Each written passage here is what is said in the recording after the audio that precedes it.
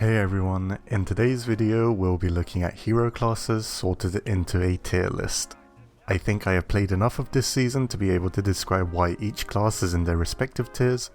Not only this, I am able to play 8 out of 12 of all available classes with varying success. Regardless on whether you are a newer or returning player trying to decide on which class to play in Season 8, I think you will find this video helpful.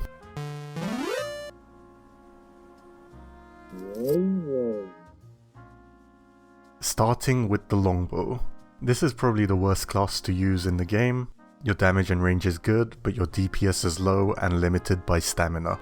You have no 1v1 potential at all. If, for whatever reason, you decide to run this class, take advantage of your range by staying far away from other heroes as possible. If you are unlucky enough to run out of stamina and get attacked by an enemy hero, you're more than likely dead. A good thing about this class is you'll be good at sniping squishy ranged units. Sadly, this is where the pros end. If you're super good at aiming and landing headshots, this class might be okay, but you'd still be better off playing either Shortbow or Musket, which are much better classes. For this reason, the Longbow is in the F tier. Shortsword is a great frontline brawler class. You can choose to run it either full strength, full armor, or a mixture of both. Whatever you choose to do, this is one of the best classes for TW and the best frontline class in the game.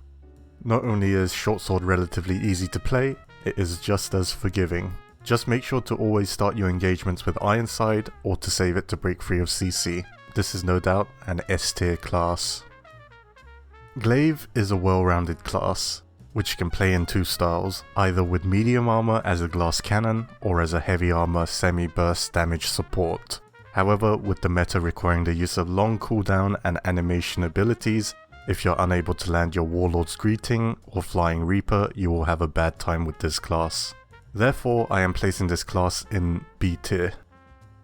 If you are enjoying this video so far, please consider supporting me by subscribing. Thank you. Dual Blade is probably the bane of every player.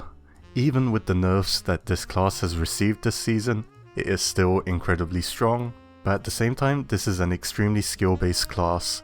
You will notice a big difference in skill and effectiveness of Dual Blade users between a beginner and a master. For this reason, Dual Blade is an A tier class. Even though Maul runes haven't really changed this season, nor has it been nerfed or buffed much, it is still the best class at killing units and breaking block. Blunt damage is still overpowered and most units still have extremely low blunt defenses. Maul is still easily an S tier class. Nodachi is a pretty cool looking class. If you're new to the game, you probably just picked this class for that exact reason. It's an okay class for PvE and low level siege games where your opponents are basically bots. However, this class is very weak in the current heavy armor meta, and you will struggle to fight effectively in 1v1 against most heavy armor abuser. The only time you will be able to use this class to its full effect is when mowing down peasant tier units. Did I mention that this class is hated on by the developers with the inclusion of blunt damage on any craft in Nodachi, despite having no blunt damage based abilities? That reason alone is enough in my opinion to place this weapon in the C tier. Don't main this class.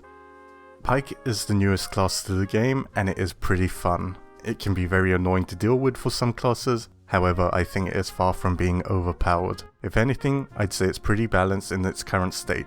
Not too bad, but not amazing either. But at the end of the day, this is still a very skill-based class. Therefore, I will be placing the Pike in the B tier, although if you are a prodigy with the Pike, you should have no problem competing against the best classes. Poleaxe is probably my favourite class in the game. Even despite being nerfed from double S tier from Season 8, this class is still very good at being tanky and beating most classes in 1v1. No other class lets you run full armor and still one combo kill most heroes. This is a solid A tier class. Longsword is the best PvE class in the game and can be utilized quite effectively in TW too. Despite this, Longsword is still only a support class. It has good damage and abilities but no killing potential for heroes, especially if they decide to run away from you rather than fight. When it comes to TW and PvE, this is an A tier class. For running generally, this class will fall under C tier. Musket is probably the most annoying class in the game. You can potentially run 3 charge stopping abilities whilst offering great damage and penetration in close quarters. Just like any other ranged class in the game, you're affected by having a really low field of view and struggling sometimes to land hits, especially on the My Game servers with our low polling rates. Nonetheless, the abilities and runes currently available this season makes full strength musket one of the strongest classes in the game.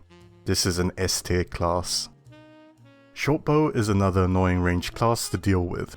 It has very high DPS, medium range, and abilities, which seem to CC you non-stop. Even though you have to deal with terrible FOV and being generally uncompetitive in TW, this is what I consider an A tier class.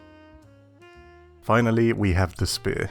The spear, despite the nerfs it has received, is in my opinion still a very competitive class. It has the best horse abilities, charge and dismount in the game, and when combined with a cavalry unit can be devastating. Combining your horse charge to gap close, followed by horse right click attacks, dismount, spear kick, and dragon's roar, you can pretty much burst down any hero.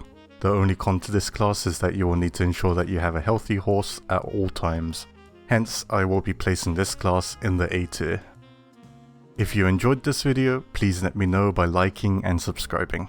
I also stream regularly on Twitch, so make sure to check the video description for links.